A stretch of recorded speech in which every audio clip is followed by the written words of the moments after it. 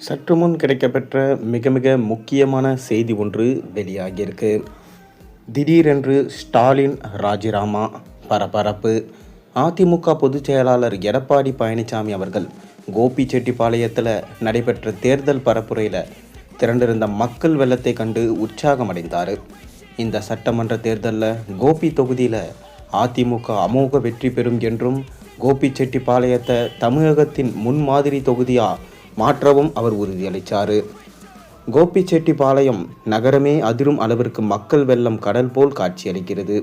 உங்களுடைய ஆரவாரம் வரும் சட்டமன்ற தேர்தலில் கோபியில் அதிமுக வேட்பாளர் வெற்றி பெற்றுவிட்டார் என்பதை காட்டுகிறது என்று எடப்பாடி பழனிசாமி குறிப்பிட்டார். யார் யாரோ கனவு கண்டு கொண்டிருக்கிறார்கள், அந்த கனவை நொறுக்கிவிட்டார்கள் என எதிர்க்கட்சியினர் கனவை பற்றி பேசினார். 2026 தேர்தலில் அதிமுக தலைமையிலான கூட்டணி பெரும்பான்மையான இடங்களில் வெற்றி பெறும்.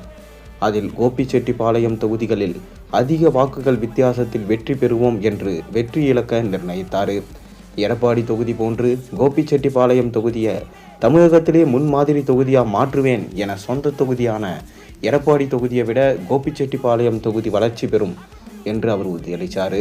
விவசாயிகளின் அரை நூற்றுக்கு கனவை நிறைவேற்றியது அதிமுக அரசு தான்.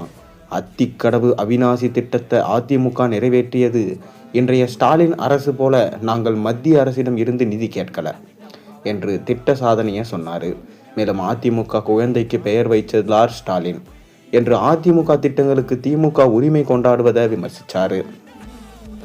4 வழிச்சாலை கொண்டு வந்தது அதிமுக ஆட்சியில தான் என்று தனது ஆட்சி கால பணிகளை பட்டியலிட்டார். எந்த திட்டத்தையும் நிறைவேற்றாத, கையிலாகாத, திறமையற்ற அரசு செயல்பட்டு வருகிறது என்று திமுக ஆட்சி அவர் கடுமையாக சாடினார். அது மட்டுமில்லாமல் இப்படி எங்களின் பெயர்களை வைத்து கொண்டு, அதாவது எங்கள் திட்டத்தை வைத்து அவர்கள் பெயர் சூட்டிக் கொள்வது ஸ்டாலின் அவர்கள் ராஜினாமா செய்ததற்கு சமம்.